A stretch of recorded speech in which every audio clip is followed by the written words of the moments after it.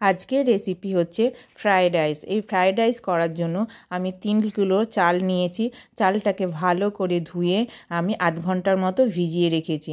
তারপর একটা বড় পাত্রে পরিমাণ মতো জল নিয়েছি।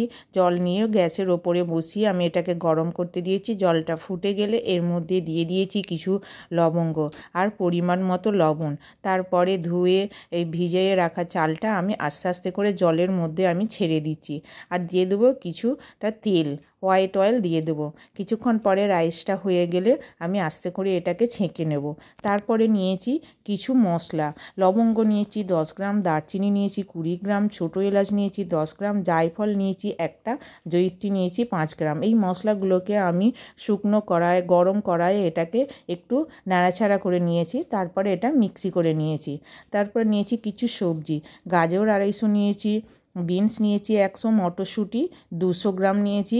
যদি সাপুই মটর নেন আপনারা তাহলে 100 গ্রাম নেবেন। আর ক্যাপসিকাম নিয়েছি 200 গ্রাম। এটাকে একটু নুন দিয়ে জলে সেদ্ধ করে নিয়েছি। তারপর একটা বড় কড়াইয়ে আমি তেল গরম করতে দিয়েছি। তেল গরম হয়ে যাওয়ার পরে আমি এই সবজিগুলো তেলের মধ্যে ছেড়ে দিয়েছি। এরপরে এটাকে আমি তেলের মধ্যে এটাকে নাড়াচাড়া করে নেব। কিছুক্ষণ পরে নাড়াচাড়া করার পর এই সবজিটাকে আমি তুলে নেব। বেশি লাল লাল করে ভাজলে হবে না, বেশি লাল লাল করে ভাজলে সবজিটা ফ্রায়েড রাইসে ভালো লাগে না। এই জন্য আমি বেশি লাল লাল হওয়ার আগেই আমি সবজিগুলোকে তেল ছেঁকে তুলে নেব। দেখুন আমার সবজিটা প্রায় ভাজা ভাজা হয়ে গেছে। এই দেখুন ভাজা হয়ে গেছে, খুব সুন্দর করে ভাজা হয়েছে। এরপরে আমি সব সবজিগুলোকে তেলে ছেঁকে তুলে আর আমি একটা পাত্রে রেখে দিয়েছি। তারপর একটা বড় পাত্রে রাইসটাকে ঢেলে আর তার ওপর দিয়েছি এই সবজিগুলো, ভাজা সবজিগুলো আমি এই রাইসের ওপরে ছড়িয়ে দিয়েছি। তারপরে যে মশলাটা করেছিলাম আমি মিক্সি, সেই মশলাটাকে ভালো করে রাইসের ওপরে ছড়িয়ে দিচ্ছি। এরপর আমি দিয়ে দিচ্ছি কিশমিশ আমি নিয়েছি 100 গ্রাম। 100 গ্রাম কিশমিশকে আমি জলে ভিজিয়ে রেখে এই রাইসের ওপরে আমি ছড়িয়ে দিচ্ছি। তারপরে আমি পরিমাণ মতো এটা চিনি দিয়ে দিলাম। এই পরিমাণ মতো চিনি দিয়ে দিচ্ছি, আপনারা চাইলে কম মিষ্টিও দিতে পারেন। এরপর আমি 250 গ্রাম ভালো ঘি গরম করে নিয়ে এই রাইসের ওপরে ঢেলে দিয়েছি। আর কিছুটা ঘিয়ের ওপরে আমি গোটা ওই 5-6টা তেজপাতা এই ঘিটার সঙ্গে গরম করে নিয়ে এই তেজপাতার ঘিটা রাইসের উপরে আমি দিয়ে দিয়েছি। তারপর এটাকে আমি একটু ভালো করে রাইসের সঙ্গে এটা মিশিয়ে নিচ্ছি।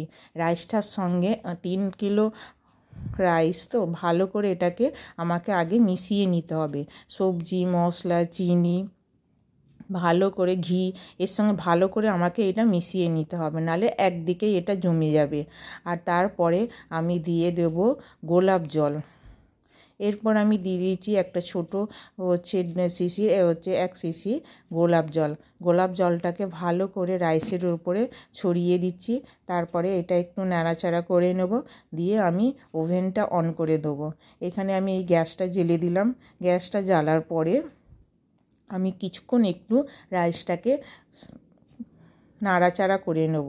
কিছুক্ষণ নাড়াচাড়া করার পরে আমি একটা বড় ঢাকনা দিয়ে এই রাইসের ওপরে ঢেকে দেবো। এই ঢাকাটা বেশিক্ষণ রাখবো না, আমি 4 থেকে 5 মিনিট একেবারে লো ফ্লেমে আমি এটাকে দম দিয়ে রেখে দেব।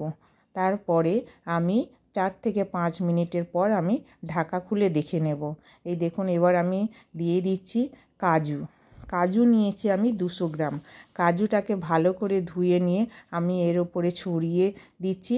তারপরে আর একটু নাড়াচাড়া করে নেব, দিয়ে এর ওপর আমি একটা ঢাকা দিয়ে দেবো। বড় একটা ঢাকা নিয়ে এর মধ্যে আমি ঢাকা দিয়ে দেবো, দিয়ে কিছুক্ষণ আমি ঢাকনা দিয়ে রেখে দেবো। ঢাকাটা 4 থেকে 5 মিনিট বলেইছি এটা আমি ঢাকা দিয়ে দেবো। এই ঢাকা দেওয়ার কিছুক্ষণ পরেই আমি 4 থেকে 5 মিনিট পরে এটা একটু খুলে দেখে নেব এটা ঠিকঠাক আছে কিনা।